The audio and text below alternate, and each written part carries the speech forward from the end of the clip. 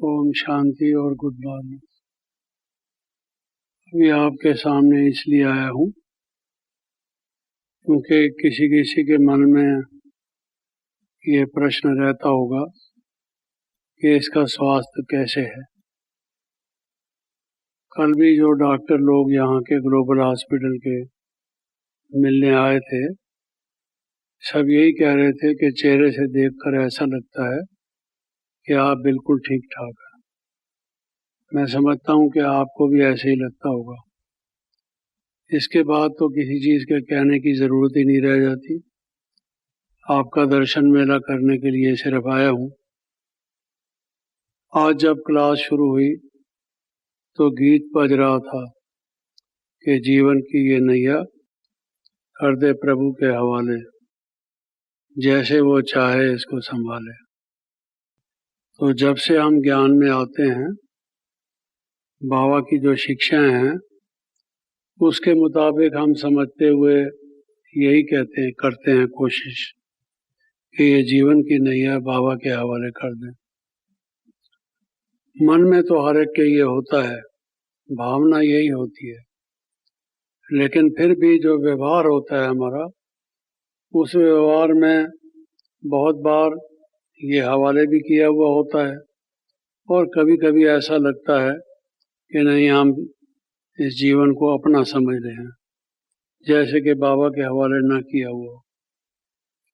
आप इसको अगर गौर से देखें, गहराई से देखें, तो ये महसूस करेंगे कि हर एक एक्टिविटी में पूरी तरह से सारा टाइम, सारा जीवन जो हमारा अलौकिक है, इसमें 100% ये जीवन की नाव बाबा के हवाले की हुई हो, इसमें कुछ कसर है। व्यवहार से तो ऐसा ही लगता है।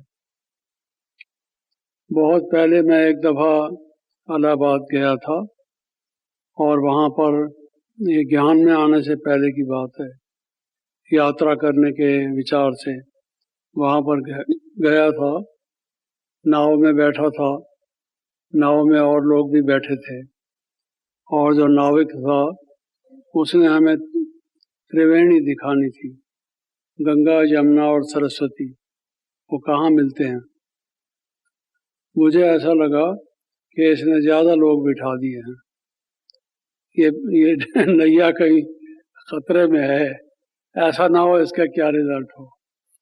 तो वो ले गया हमें, लेकिन मेरे मन में एक खिटखिट थी कि आज पता नहीं लौट के आऊँगा या नहीं लौट के आऊँगा, क्योंकि जो पानी था वो काफ़ी चढ़ा हुआ था और ज़ोर था, और नाव के जो किनारा है लकड़ी का, उसके तक आ जाता था, कभी कभी थोड़ा सा अंदर भी आ जाता था।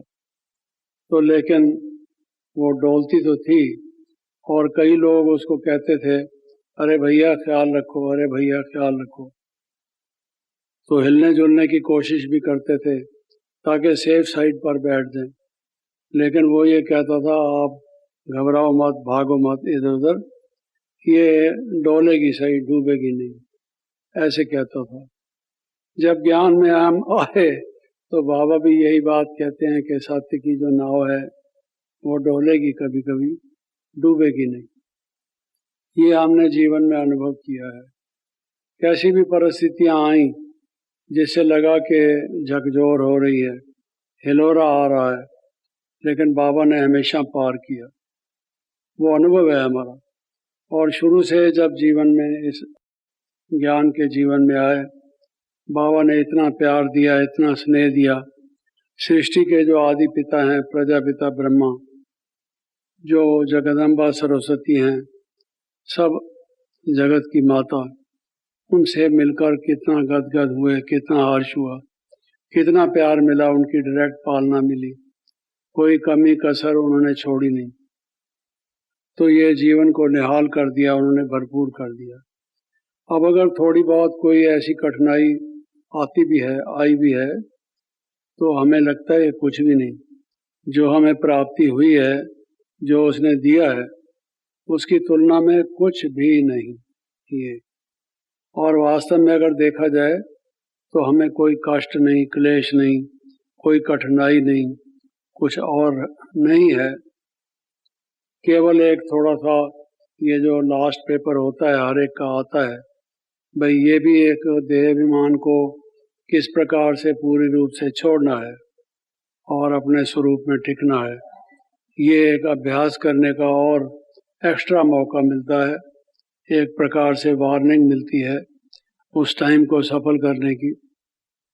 तो मैं ऐसा महसूस करता हूँ कि बाबा ने हमें गोल्डन चांस दिया है और हम उस समय का सदुपयोग करके जो अपनी मंजिल है उस तक सब बढ़ते जा रहे हैं, हम भी बढ़ते जाएं उसकी तरफ। बाकी आपको जैसे मैंने बताया मैं ठीक हूँ और वहाँ मेरा इलाज भी ठीक हो रहा है। अच्छे एक्सपर्ट डॉक्टर्स हैं जो इसका ध्यान दे रहे हैं, पूरी केयर करते हैं। मुझे कोई भी कष्ट और कठिनाई नहीं हुई।